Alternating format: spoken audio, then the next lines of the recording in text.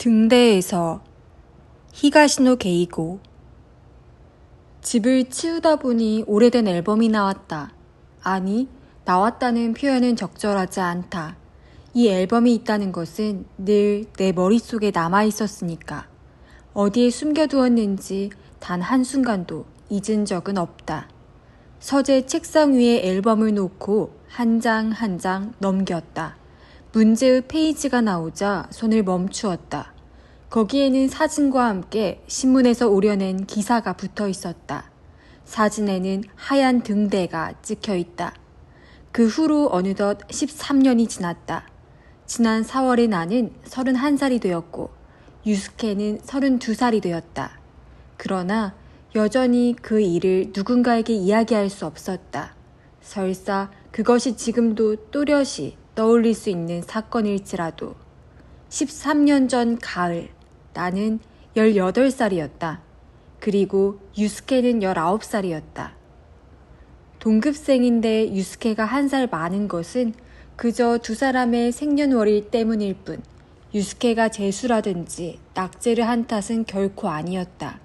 그의 생일은 4월 2일이고 나는 이듬해 4월 1일에 태어났다. 그러니까 동급생 중에 유스케가 가장 나이가 많고 내가 가장 어린 셈이었다. 유스케와 내가 유치원 때부터 대학교까지 같은 학교에 다니게 된 것은 서로의 집이 가깝다는 물리적인 이유 외에도 뭔가 초자연적인 힘이 작용한 거라는 생각이 들었다. 하물며 대학에서도 학부만 달랐을 뿐 그가 적을 둔 사회학부와 문학부가 같은 건물에 있어서 만나는 횟수는 고등학교 때나 별다를 바가 없었다. 물론 둘 사이는 나쁘지 않았다. 함께 행동하는 때도 많았다. 그러나 분명 친한 친구라고 할 만한 사이도 아니었다. 유스케는 곧잘 우리 같은 사이를 두고 좋은 관계라고 하는 거겠지 라고 말했다. 좋은 관계. 그 말은 어떤 의미에서는 정확하고 또 어떤 의미에서는 정확하지 않다고 할 수 있다. 친구로서 우리 관계는 마치 엉클어진 실처럼 복잡하게 오랜 시간과 과거에 의해 이어졌기 때문이다. 그런 우리가 여행을 떠나게 되었다. 대학교 1학년 가을이었다. 가을이라고 해도 여름방학이 막 끝났을 때니 여전히 며칠에 한 번은 지독한 더위가 기승을 부렸다. 원래는 나 혼자 여행을 떠날 작정이었다. 학창 시절의 추억도 만들고 조금은 정신적으로 강인해지고 싶었다. 내 계획을 어디서 들었는지 알 수 없지만 유스케가 관심을 보였다. 그러면서 자기도 함께 가겠다는 말을 꺼냈다. 그렇게 되면 나 홀로 여행이 되지 않는다며 난색을 표하자 따로 다니겠다고 했다. 서로 정반대 경로로 도는 거야. 그래서 나중에 누가 더 재미있는 여행을 했는지 겨뤄보자고. 왜 그런 짓을 하는데? 왜라고 할 것도 없어. 게임이야, 게임. 상관없잖아. 나도 우연히 같은 방향으로 여행하게 됐다고 생각해. 그야 물론 나한테 여행을 못하게 할 권리 같은 건 없지. 얄궂은 이야기였다.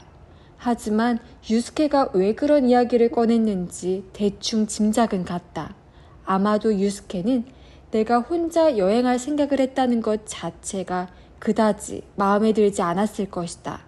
유스케의 인생 시나리오에서 나는 틀림없이 마음 약하고 그의 도움 없이는 아무것도 하지 못하는 남자 역할을 계속 많은 것으로 설정해 두었을 테니 말이다.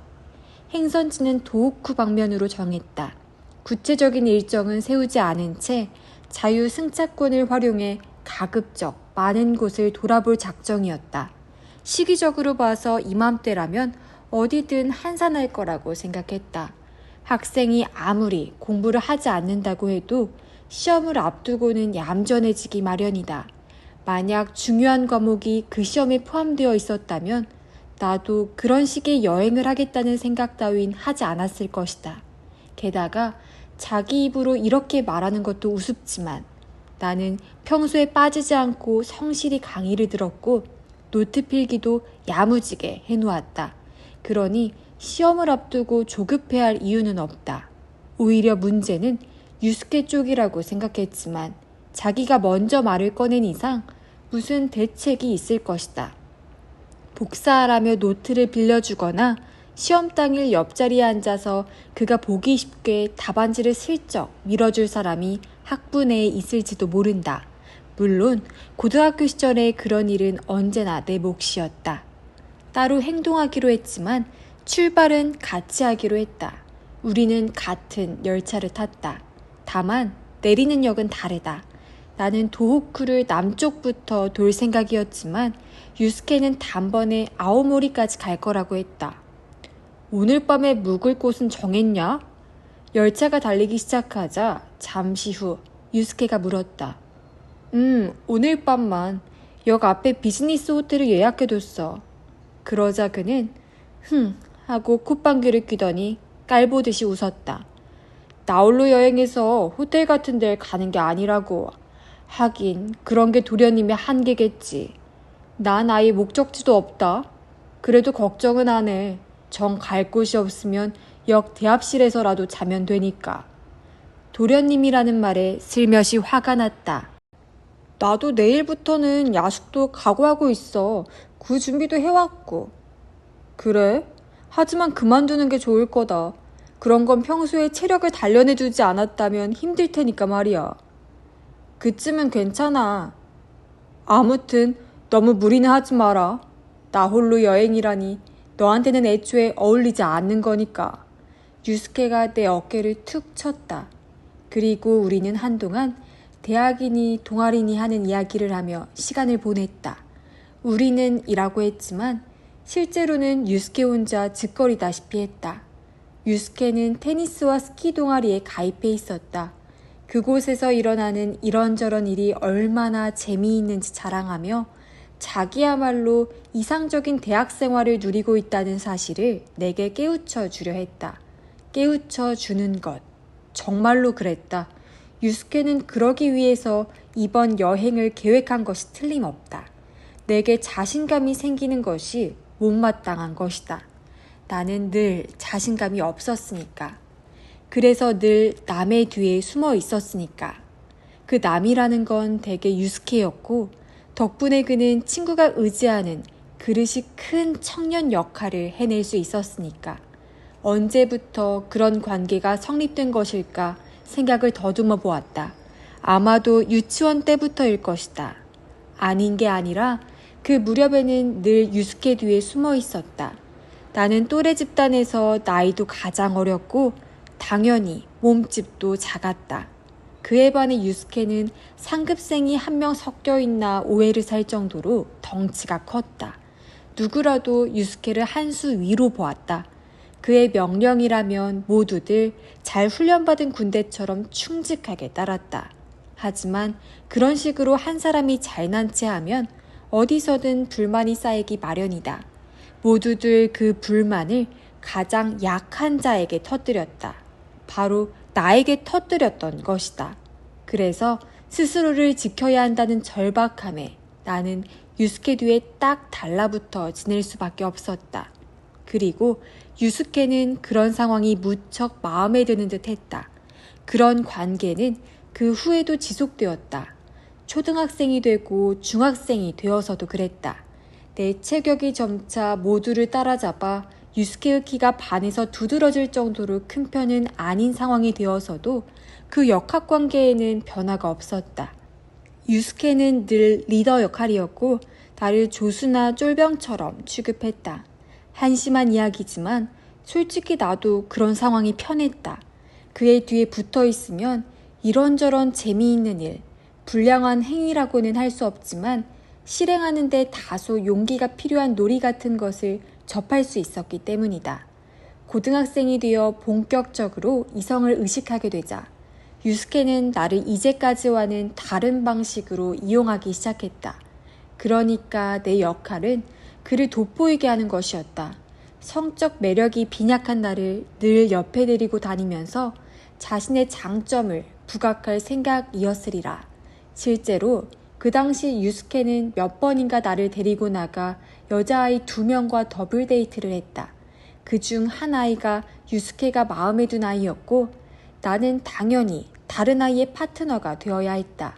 그럴 때면 내 파트너인 여자아이 역시 친구를 돋보이게 하는 비참한 역할을 떠맡고 있는 듯 보였다. 하지만 이제 와서 차분히 돌이켜보면 유스케가 내게 그런 역할을 맡긴 것은 단순히 이성을 의식했기 때문만은 아닐 거라는 생각이 든다. 중학교 때까지만 해도 대장격이던 유스케가 고등학교에 들어간 후로 눈에 띄게 활력을 잃어갔기 때문이다. 학교 성적도 그랬고 운동 실력도 그랬다. 더는 아무도 유스케를 두려워하지 않았고 그의 의견을 특별히 존중하는 분위기도 없었다. 요컨대 그저 평범한 고등학생 중 한 명일 뿐이었다. 자기 과시가 남달리 강한 유스케로서는 그런 상황이 견딜 수 없었을 것이다. 그는 자신의 위신이 예전 같지 않다는 걸 드러나지 않도록 비교 대상을 곁에 두려고 한 것이 아닐까? 그리고 그 대상이 나였던 거다. 내가 여전히 유스케를 따르는 부하로 존재하는 한 겉보기에 그는 변함없는 것처럼 보인다. 적어도 유스케 자신은 예전과 마찬가지로 우월감을 맛볼 수 있는 것이다. 열차는 산속을 달리고 있었다. 유스케는 눈을 감고 있다. 자랑하는 것도 지겨워졌는지 아니면 자랑할 거리가 떨어졌는지도 모르겠다. 그 옆 얼굴을 바라보고 있는데 내 시선을 느꼈는지 그가 눈을 뜨고 나를 쳐다보았다. 왜 그래? 왜 보는데?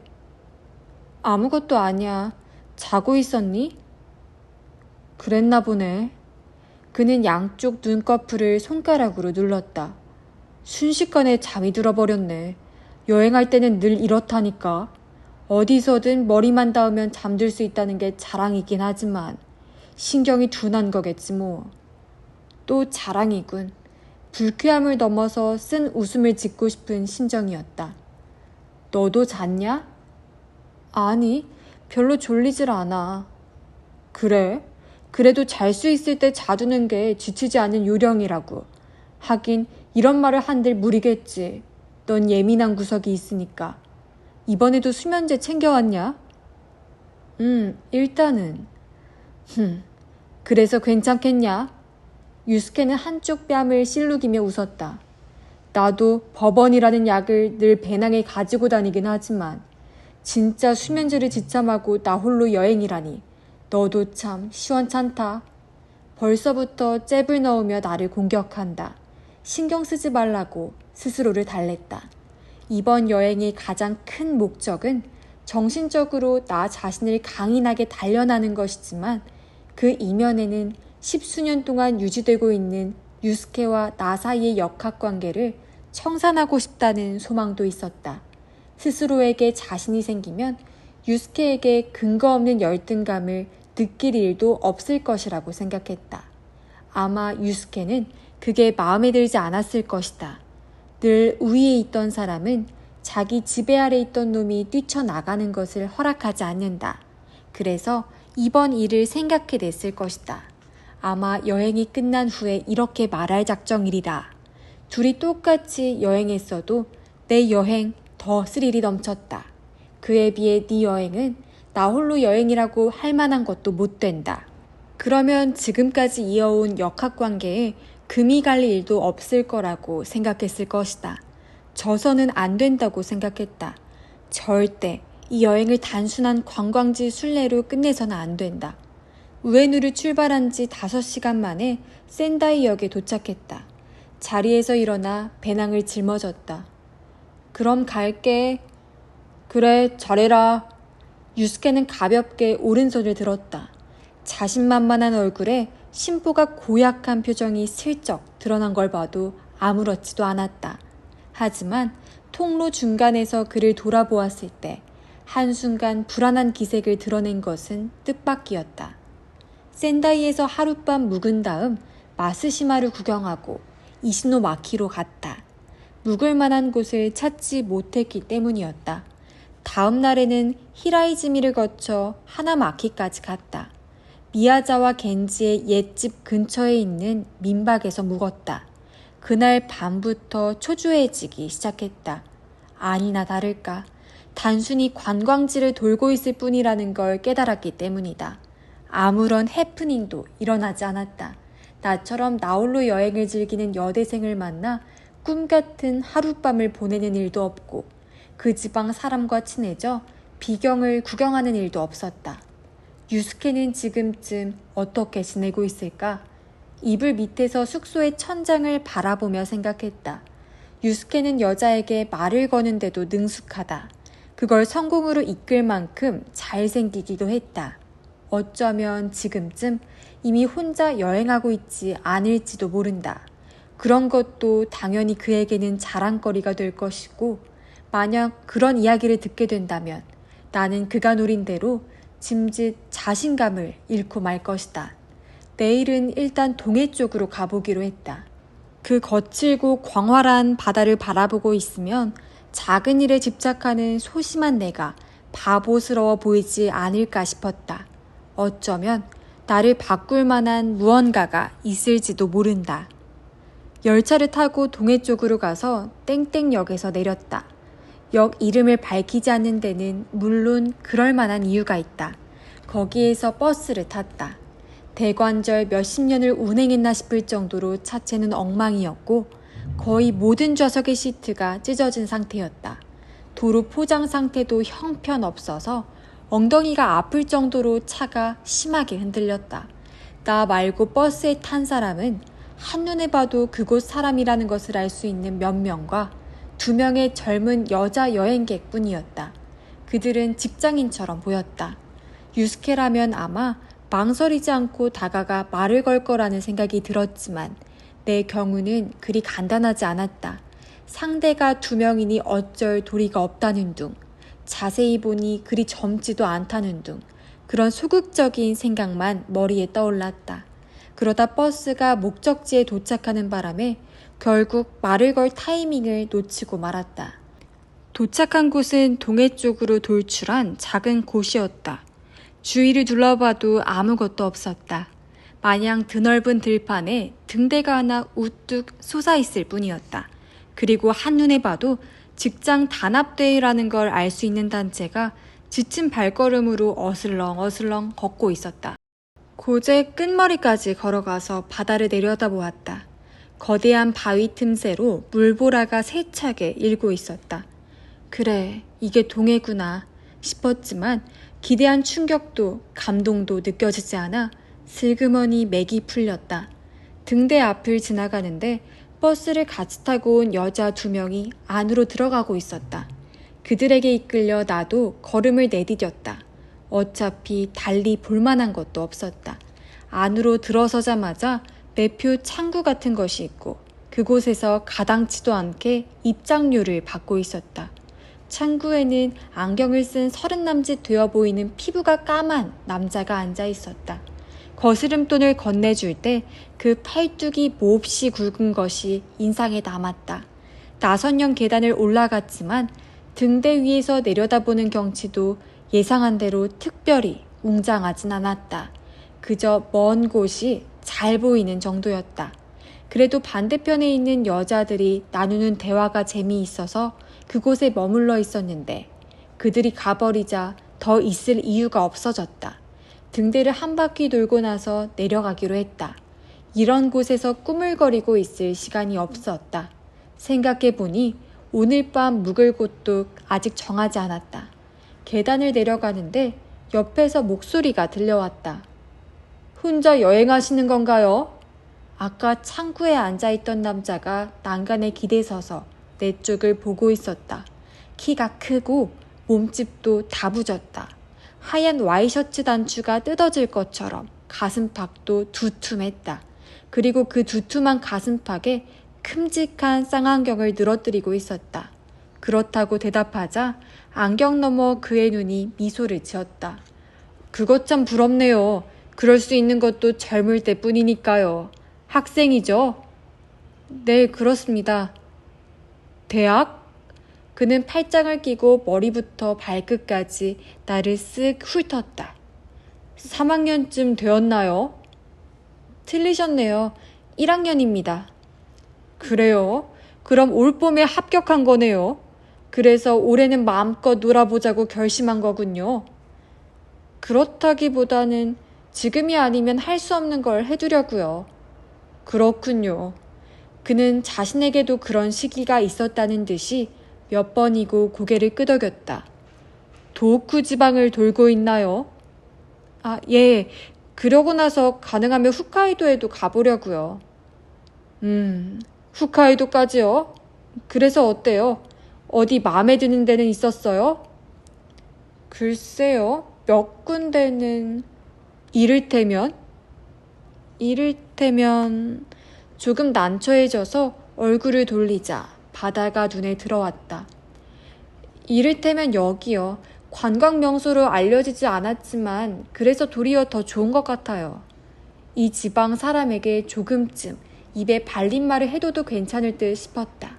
아니나 다를까 그는 기쁜 표정을 지었다. 여기가 마음에 들었어요? 맞아요. 여기는 숨은 명소죠. 특히 이 등대에서 내려다보는 경치는 최고예요. 마음이 정화되는 느낌이 든다고 할까? 그는 바다를 향해 크게 심호흡을 하더니 내 쪽을 돌아보았다. 어때요? 내려가서 커피라도 한 잔 들지 않을래요? 인스턴트긴 하지만. 플라스틱 컵에 든 인스턴트 커피를 마시면서 조금은 유스케에게 이야기할 거리가 생길 것 같다는 생각을 했다. 현지 사람과 친해지는 것은 여행의 훈장 같은 느낌을 주니까. 등대지기 남자는 고이즈미라고 자신의 이름을 밝혔다. 혼자서 이곳에 근무한다고 했다. 혼자서 말이에요? 늘요? 조금은 놀라워서 되묻자 그는 쓴 웃음을 지었다. 늘 그럴 수 없죠.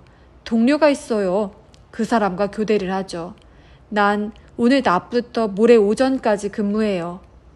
아유, 그래도 힘드시겠네요. 실내를 둘러보았다.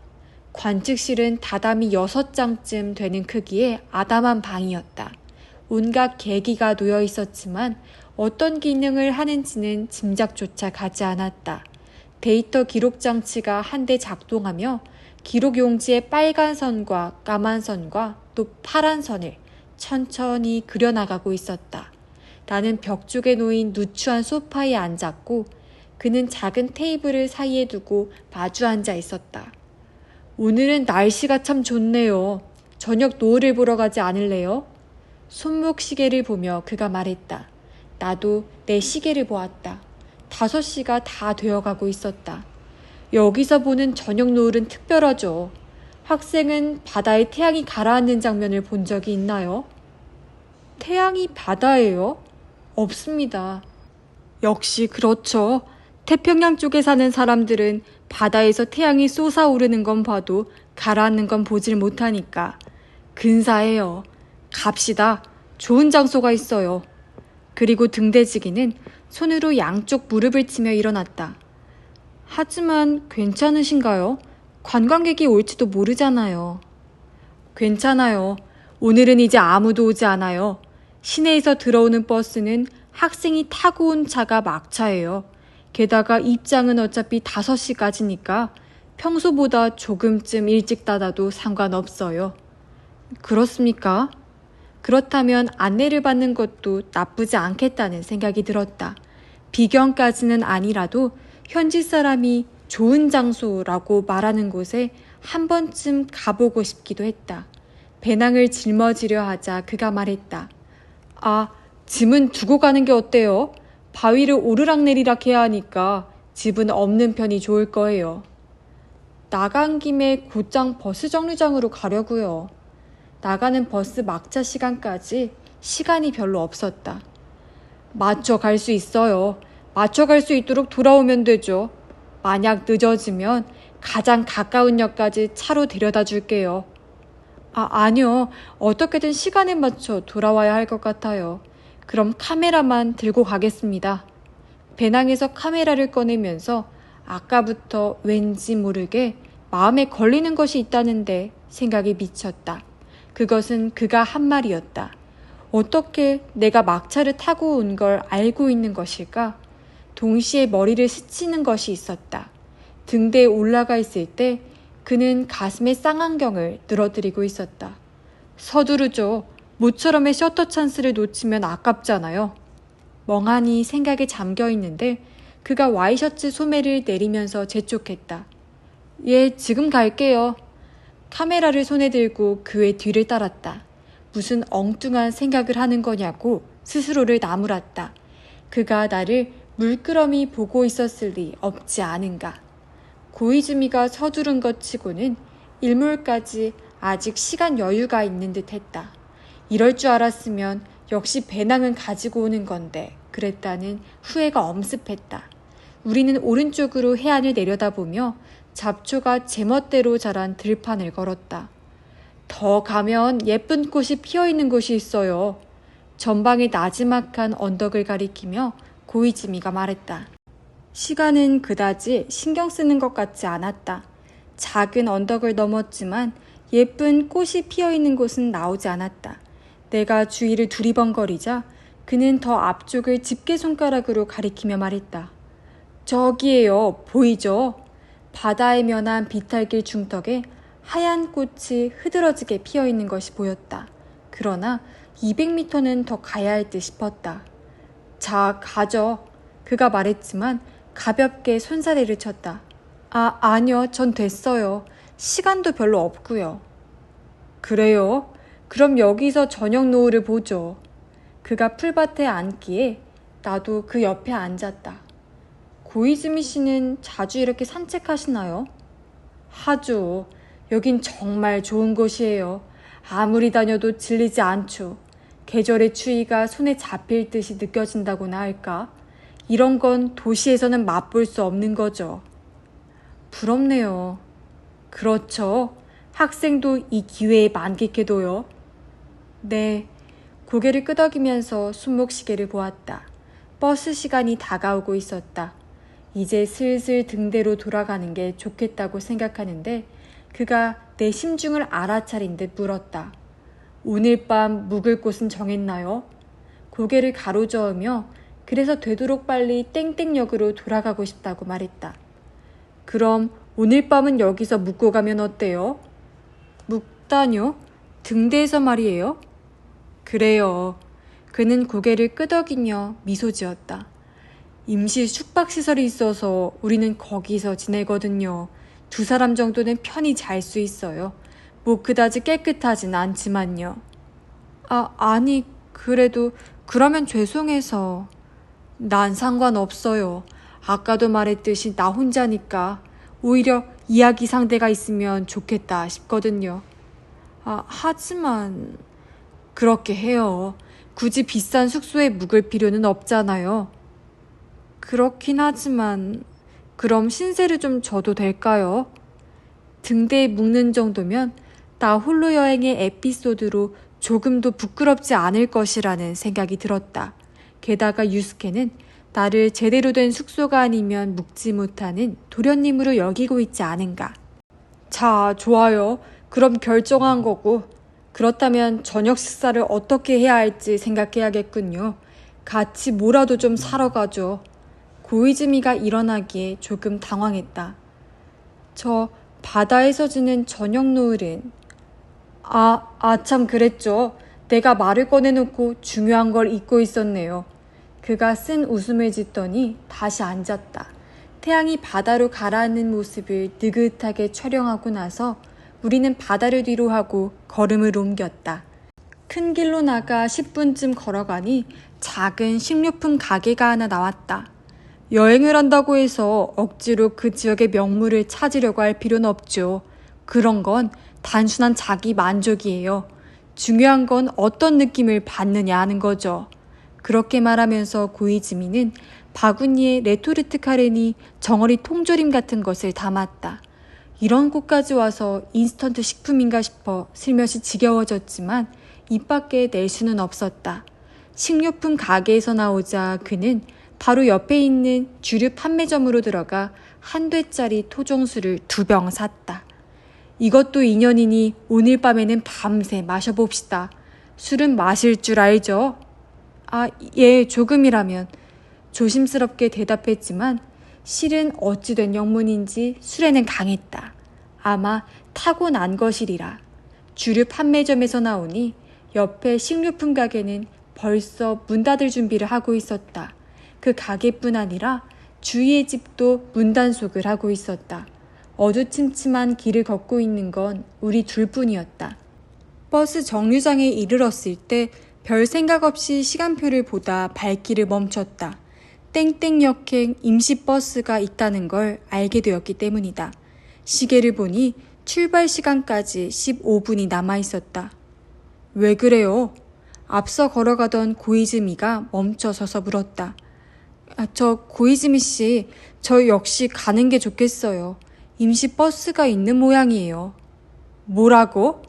그는 내 쪽으로 다가와 버스 시간표를 보더니 나를 내려다보았다.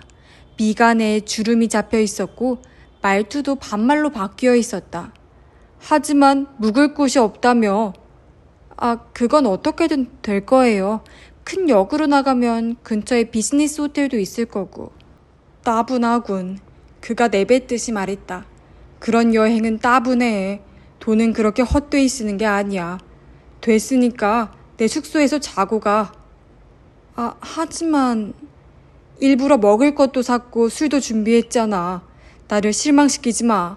게다가 학생 신분의 호텔에 묵다니 사치라고. 고이즈미의 목소리에서 명백한 분노가 느껴져 흠칫했다. 왜 이렇게 화를 내는 건지 영문을 알 수가 없었다. 학생이 혼자 여행한다는 이야기를 듣고 도와주려 했는데 그 호의를 저버렸다는 생각에 화가 난 것일까? 만약 그렇다면 호의를 받아들여야 마땅할지도 모른다. 알겠습니다. 그럼 오늘 밤에는 신세 좀 지겠습니다. 그래, 그러는 게 제일 낫다고. 고이즈미는 크게 고개를 끄덕이더니 양손에 식료품과 술을 들고 다시 걷기 시작했다. 등대로 돌아가자마자 저녁부터 먹기로 했다. 저녁 준비라고 해봐야 레토르트 카레를 데우거나 통조림을 따서 내용물을 플라스틱 그릇에 옮겨 담는 정도였다. 아무튼 제대로 된 조리기구는 거의 없다시피 했다. 나는 과도로 치즈를 잘랐는데 그 과도조차 칼날이 제대로 들지 않았다. 대충 준비를 마치자 고이즈미는 컵을 2개 가져오더니 토종술을 가득 따랐다. 너의 여행을 위하여. 건배. 감사합니다. 우리는 컵을 부딪혔다. 1대짜리 술병은 눈 깜짝할 사이에 바닥을 보였다. 고이즈미가 마시는 속도도 예사롭지 않았는데 내게도 꽤 강압적으로 술을 권했기 때문이었다. 그런데 너 제법 술이 세구나. 2번째 병을 따면서 그가 말했다. 자주 마시나? 아니요. 그리 자주 마시지는 않아요. 그렇다고 술을 싫어하는 건 아니지만. 주종으로 따지면 뭘 좋아하는데? 위스키? 딱히 뭐가 좋다는 건 없어요. 제가 아는 사람 중에는 버번만 마시는 친구도 있지만요. 유스케가 그렇다. 나는 일본 술밖에 마시지 않아. 위스키니 브랜디니 하는 건 비싸기만 하지 맛있다는 생각은 들지 않아서.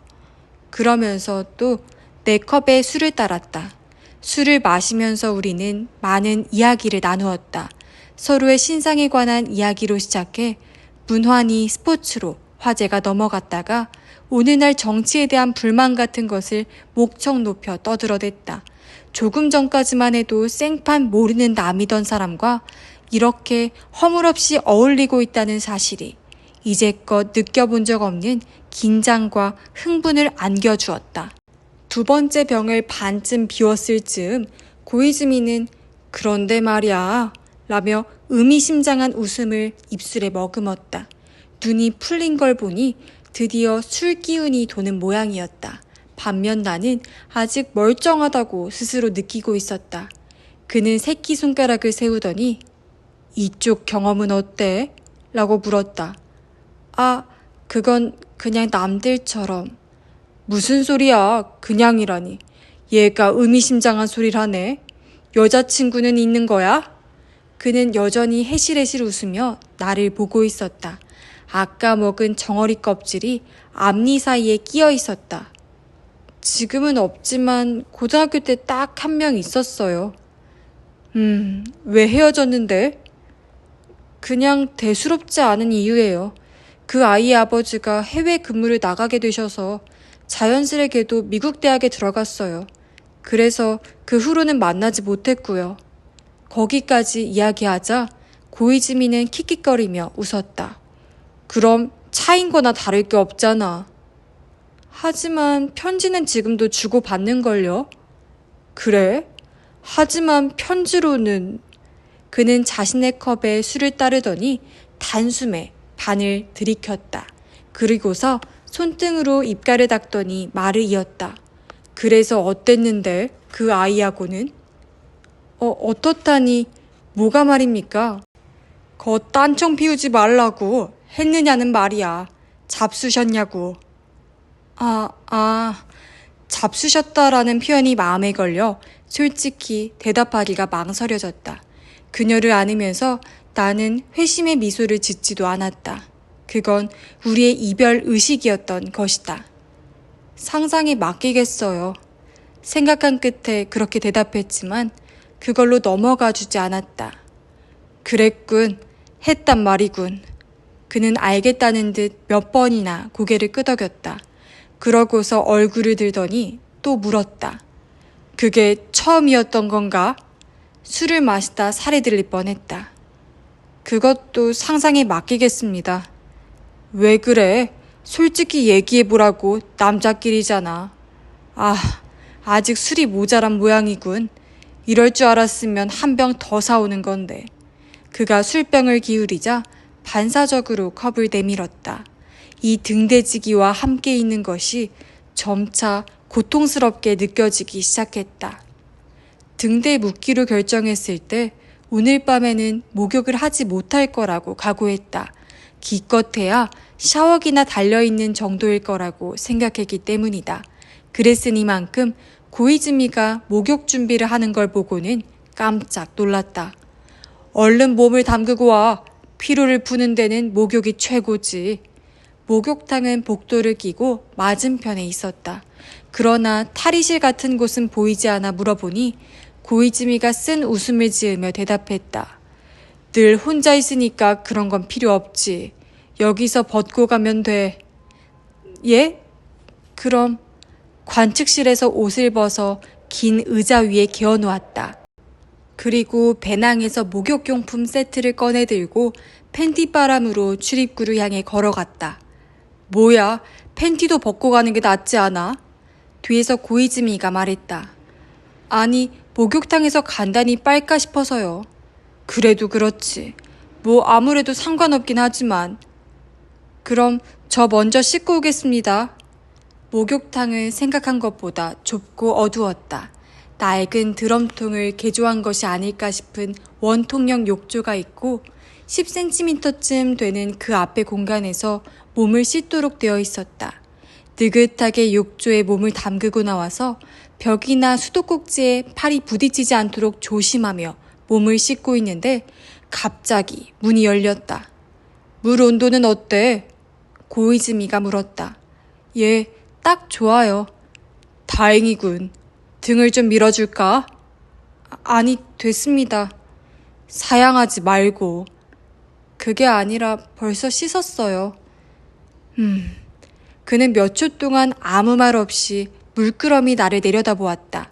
그 눈길이 신경 쓰여 무슨 일이냐고 물었다. 아니, 아무것도 아니야. 그럼 난 잘 준비를 해두지. 그렇게 말하고 그는 문을 닫았다. 목욕탕에서 나와 씻기 전에 입었던 옷을 다시 입었다. 갈아입을 여분 옷으로 트레이닝 셔츠가 있었지만 임시 숙소의 상황을 알 수 없었기 때문이었다. 긴 의자에 앉아 책을 읽고 있는데 고이즈미가 돌아왔다. 옆방이 임시 숙소야. 거기 있는 담요를 대충 덮고 먼저 자. 나는 목욕하고 올 테니까. 고맙습니다.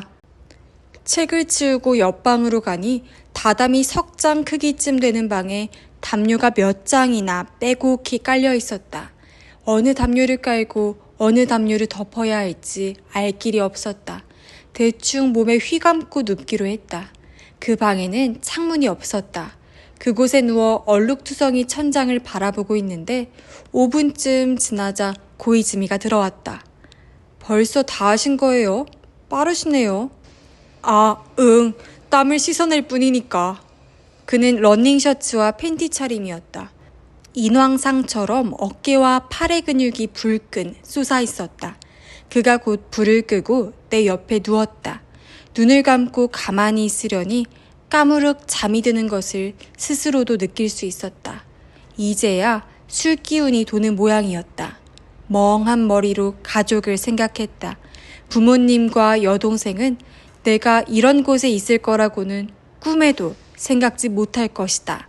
미국에 간 여자친구를 생각했다. 그녀의 보드라운 몸을 안았을 때를. 그녀는 조심조심 내 페니스를 만지더니 신기해 라고 중얼거렸다. 그리고 이어진 아찔한 쾌감. 그때 눈이 확 뜨였다.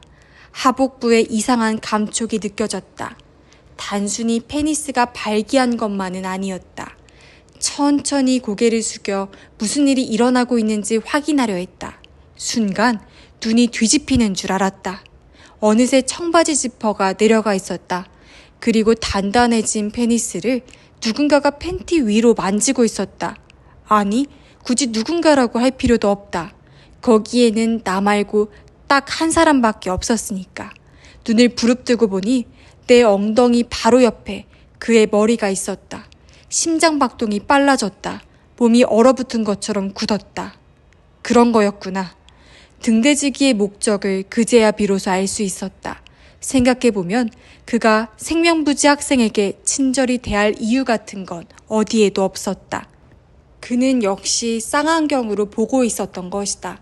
버스에서 내리는 승객 한 사람 한 사람을. 그러면서 찾고 있었던 것이다. 자기 취향의 젊은 남자를. 온몸에서 땀이 솟아났다. 어떻게 하면 좋을지 머리를 굴렸다. 경솔하게 날뛰거나 하는 건 금물이라고 생각했다.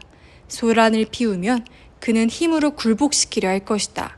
고릴라 같은 근육의 소유자와 격투를 벌여 이길 수 있을 거라는 생각은 들지 않았다. 팬티에 손을 대는 기척이 느껴졌다. 페니스는 이미 바람 빠진 풍선처럼 오그라들어 있었다. 더 이상 꾸물거릴 수는 없었다. 중얼중얼 알아들을 수 없는 소리를 내며 잠에 취한 척 반대쪽으로 몸을 틀었다. 그도 조금 놀랐는지 화들짝 손을 떼었다. 벽 쪽을 보고 누워 숨을 죽였다. 다음에는 어떤 식으로 나올지 예측할 수 없어 불안과 공포가 머릿속에서 소용돌이치고 있었다. 특히 그에게 등을 보인 채 누워있다는 점이 나를 불안하게 했다. 당장 청바지가 내려가고 팬티가 벗겨지는 건 아닐까 싶어 제정신이 아니었다. 가능하면 청바지 지퍼만이라도 원래대로 올리고 싶었지만 그러면 내가 깨어있다는 걸 알아차리고 말 것이다. 그때 내게 유일한 희망은 그가 아직 힘으로 욕망을 채우려 하지 않고 먹이가 얌전히 숙면에 빠지기를 기다려주고 있다는 것이었다. 아무런 대책도 떠오르지 않아 꿈쩍도 하지 않는데 이윽고 그가 움직이기 시작했다. 내 엉덩이로 손을 뻗은 것이다. 그리고 천천히 쓰다듬었다. 그 행위에는 내가 잠들어 있는지 확인하겠다는 속내도 숨어 있을 터였다. 그러니까 더 이상 얌전히 있을 수는 없다는 뜻이었다. 마침내 결심이 서자 하고 신음소리를 내며 다시 한번 몸을 뒤척였다. 이번에도 그는 슬그머니 손을 떼었다. 그걸 확인한 다음 헛기침을 한번 하고 일부러 나른한 몸짓으로 윗몸을 일으켰다. 그러고는 푹 자고 있다가 깨어난 사람처럼 얼굴을 마구 문지르고서 늘어지게 하품을 했다. 그는 엎드린 채 자는 신용을 하고 있었다. 서두르지 않으려고 조심하며 엉금엉금 기어서 문 쪽으로 갔다.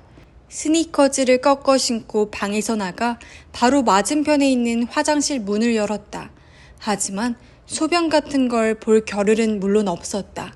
불만 켜놓은 다음 그대로 문을 닫고서 소리가 나지 않게 살금살금 관측실로 들어갔다. 짐을 거기에 두길 잘했다. 스니커즈를 제대로 신고 청바지에 지퍼를 올렸다. 그리고 알루미늄 샤시 창을 연 다음 먼저 배낭을 밖으로 던지고 창틀을 타넘었다. 그러나 탈출은 그때부터였다. 건물을 2미터쯤 되는 콘크리트 벽이 에워싸고 있었기 때문이다. 대문도 그 정도 높이는 되어 보였다.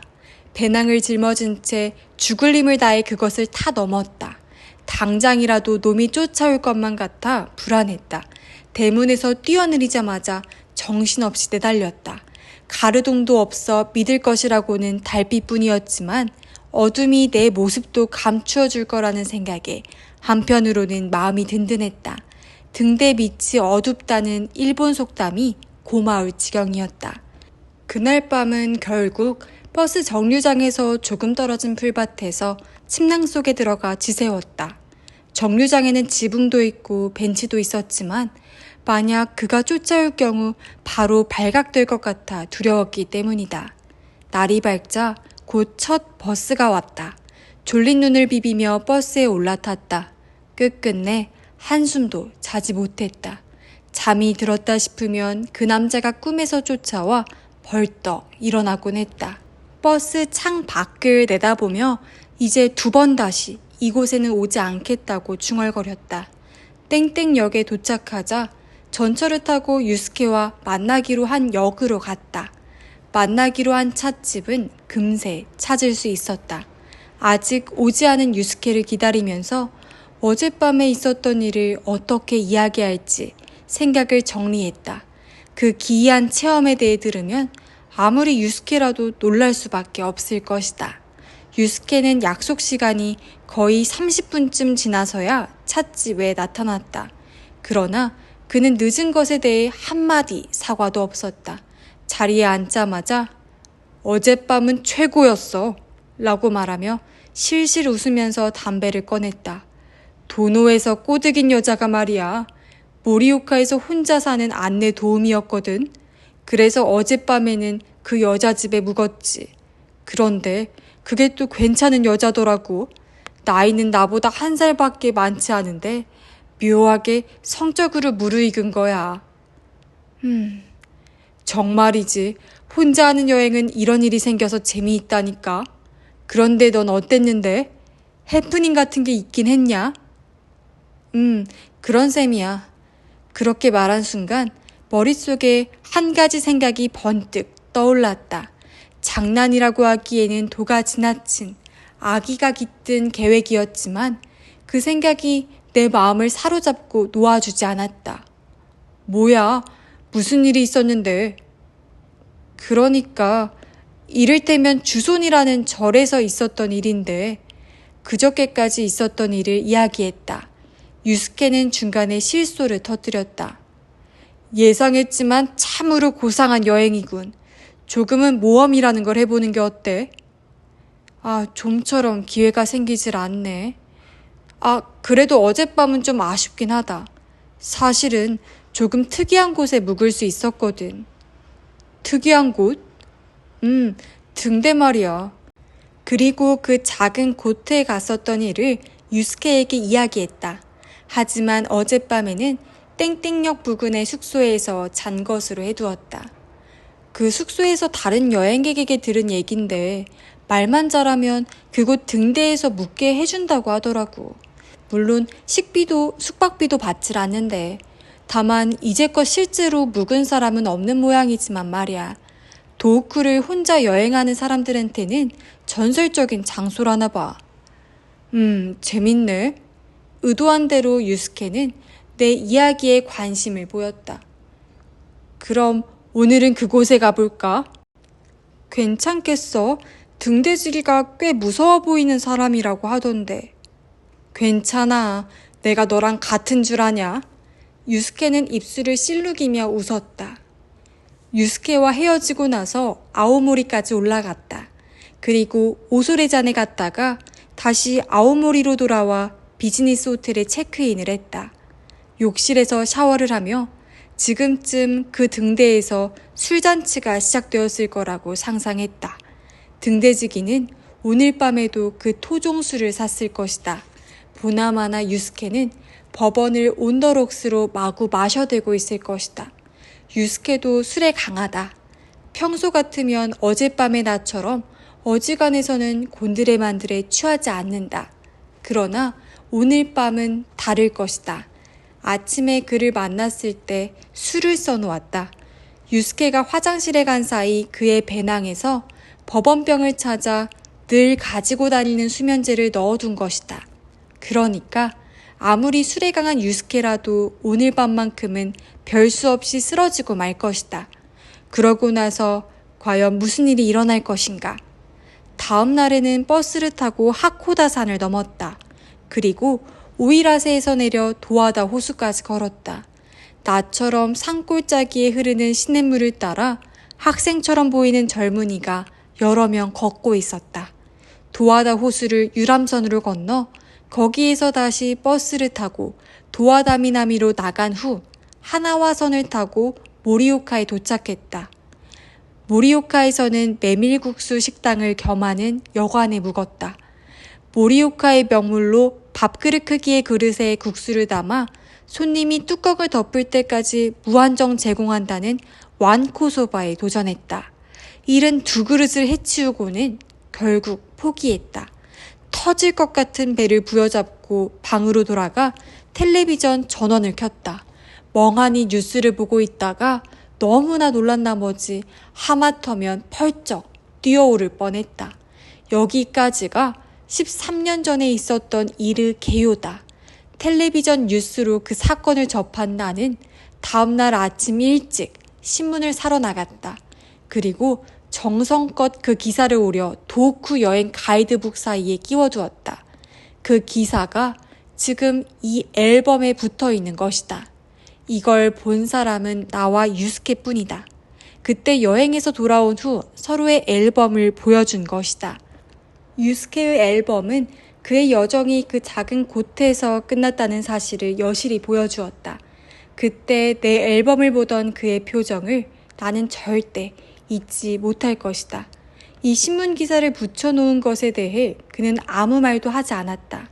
이건 뭐냐고 묻지도 않았다. 나 역시 아무 말도 하지 않았다. 아마 우리 두 사람이 그 일에 대해 이야기를 나눌 일은 앞으로도 없을 것이다. 그걸로 된 것이다. 앨범을 덮기 전에 다시 한번 오래된 기사를 읽어보았다. 작은 고트 등대지기가 살해된 사건을 보도한 기사다. 흉기는 과도. 거기에 쓰여있지는 않았지만 아마 칼날이 묻은 그 과도일 것이다. 사망 추정 시각은 새벽 5시에서 8시 사이. 피해자는 임시 숙소에서 잠자던 중 살해된 것으로 추정. 다툰 흔적은 없다. 그리고 임시 숙소 담요에는 피해자의 것으로 추정되는 정액이 묻어 있었다. 등대지기가 사정했다는 사실이 나로서는 흥미로웠다. 그러나 그것에 대해 유스케에게 묻는 일은 결코 없을 것이다. 조용히 앨범을 덮었다. 앞으로 10년 아니면 20년 후에나 다시 펼쳐보게 될까? 어쨌든 나와 유스케의 좋은 관계는 계속 이어질 것이다.